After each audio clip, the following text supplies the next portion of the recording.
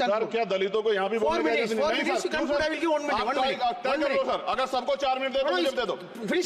ये भेदभाव नहीं चलेगा दलितों के साथ। Time is 4 minute, don't waste. भाई सर आप चेक करो, अगर सबको 4 मिनट दिए तो आप मना करो, मैं बंद कर देता हूँ उसको। क्या दलितों को सबसे आखिरी में नंबर मिलेगा और बोलने का मौका मिलेगा? क्या मजाक कर रहे हैं सर आप? नो ये all independent people are having only 4 minutes. You take sir independent में अपनी पार्टी का मेंबर हूं सर और जीत के आया हूं सर, किसी की दया में नहीं आया। Take 1 minute and finish. Sir कल भी बोले तो एक दलीय पार्टी के लोग, आप मौका दो sir. They will go in mic. धन्यवाद सभापति जी। आगे सर आगे। आज हम संविधान की गौरवशाली यात्रा पे बात करने के लिए चर्चा कर रहे हैं। कल से ये चर्चा चल रही है सर। मैंने बहुत सारे दोनों पक्ष के और जितने भी हमारे मेंबर हैं सुना सर, उनको बड़े बड़े नेता हैं सर। इसके भाग 1 में लिखा हुआ है India that is Bharat, Hindustan नहीं लिखा हुआ है सर। लेकिन सारे नेता संविधान पे चर्चा कर रहे हैं लेकिन हिंदुस्तान ही कहेंगे, भारत कहने की हिम्मत नहीं जुटा पा रहे। ये बड़ा सवाल है सर कि क्या संविधान के हिसाब से बात रखी जा रही है। मैं धन्यवाद दूंगा फूले साहू बाबा साहब अम्बेडकर को और मेरे नेता मान्यवर साहब श्री काशीराम को। 25 नवंबर 1949 को संविधान को सौंपते हुए डॉक्टर बाबा साहब अम्बेडकर ने कहा था कि 26 जनवरी 1950 को हम विरोधाभास भरे जीवन में प्रवेश करने जा रहे हैं। राजनीतिक जीवन में तो हमारे पास समानता होगी, लेकिन सामाजिक और आर्थिक जीवन में असमानता होगी। क्या ये चुनौती आज 75 साल बाद दूर हुई है? भारत ने 26 जनवरी 1950 को संविधान लागू होने के साथ खुद को एक संप्रभु लोकतांत्रिक और गणतांत्रिक राज्य होने का ऐलान किया।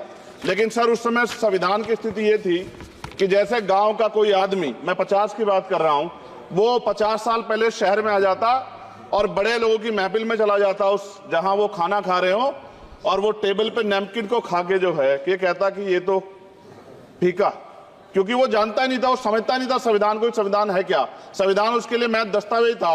ये जिम्मेदारी थी राजनीतिक दलों पे कि वो संविधान को व्यवहार में लेके आते। और इसके इतने सारे आर्टिकल हैं, अगर इनको व्यवहार में लाया जाता तो मुझे लगता कि आज देश बहुत बदल गया होता।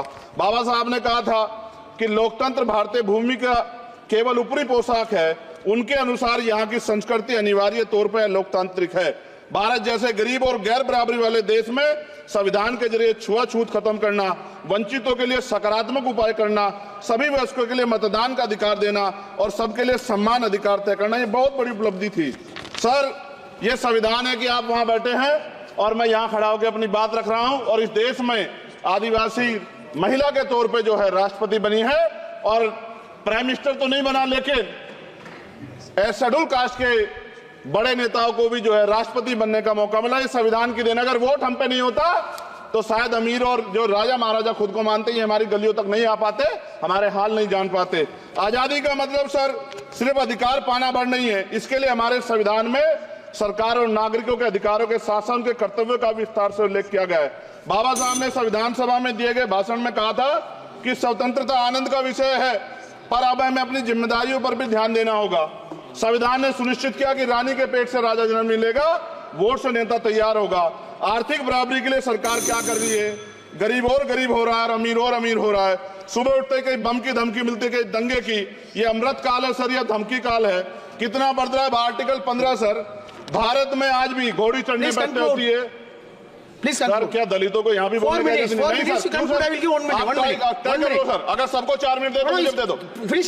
ये भेदभाव नहीं चलेगा दलितों के साथ। Time is 4 minute, don't waste. भाई सर आप चेक करो, अगर सबको 4 मिनट दिए तो आप मना करो, मैं बंद कर देता हूँ उसको। क्या दलितों को सबसे आखिरी में नंबर मिलेगा और बोलने का मौका मिलेगा? क्या मजाक कर रहे हैं सर आप? नो ये all independent people are having only 4 minutes. You take sir independent में अपनी पार्टी का मेंबर हूं सर और जीत के आया हूं सर, किसी की दया में नहीं आया। Take 1 minute and finish. Sir कल भी बोले तो एक दलीय पार्टी के लोग, आप मौका दो सर। मूछे रखने पर हत्या होती है, महिलाओं पे, छोटे मासूम बच्चों पर रेप हिंसा होती है। एनसीआरबी का डाटा देकर डर लगेगा।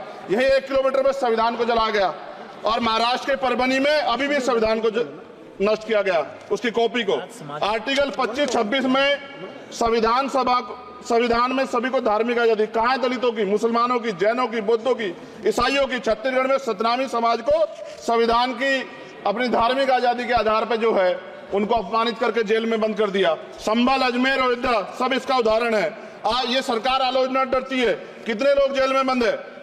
मिरान हैदर, खालिद सैफी, उमर खालिद खान, सिफा खान, गुलिफ्ता फातिमा और आजम खान साहब राजनीतिक विरोध में बंद है।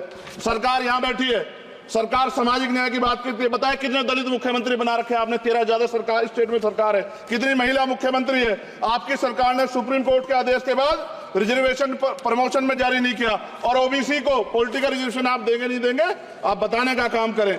मैं 75 साल की गौरव यात्रा में हम एक सभ्य समाज नहीं बना पाए, इसलिए जाति आधार पर SC ST OBC के बच्चों को प्राइमरी स्कूल से लेकर उच्च संस्थानों में भेदभाव किया जाता है।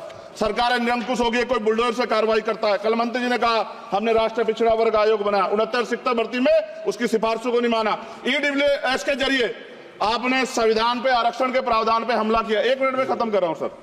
संविधान सर, न्यायपालिका में आर्टिकल 124 ये कहता है सर, ये अधिकार जो है। Sanjay sir ji please conclude. Sir 1 minute में प्लीज संविधान में न्यायाधीशों की नियुक्ति का अधिकार राष्ट्रपति के द्वारा होना चाहिए, अभी तक नहीं हो रही है।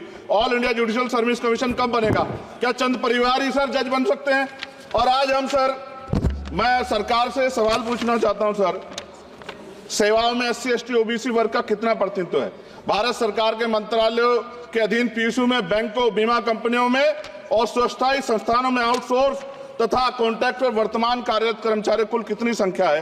आउटसोर्स और कॉन्ट्रैक्ट में कार्यबल SC ST OBC कितना प्रतिशत है? निजी क्षेत्रों में कार्यरत कर्मचारी उनके SC ST OBC की वर्ग लाभ। सर खत्म कर, लास्ट पॉइंट सर। सर मैं फिर स्पष्ट तौर पे कह रहा हूं सर, यहां बैठे SC और OBC के मेंबर से कह रहा हूं सर, उनको सामाजिक जिम्मेदारी का ध्यान भी रखना चाहिए। पार्टी के प्रति वफादारी के साथ साथ अपने वर्गों के प्रति ईमानदारी भी रखनी चाहिए। ईमानदारी नहीं होगी तो उन वर्गों का भला नहीं हो सकता, और हमें बहुत सरकारों से उम्मीद नहीं है। बहुत बहुत धन्यवाद सर। Thank you. बहुत बहुत धन्यवाद सर। आज संविधान की ऊपर चर्चा करने के लिए आपने मुझे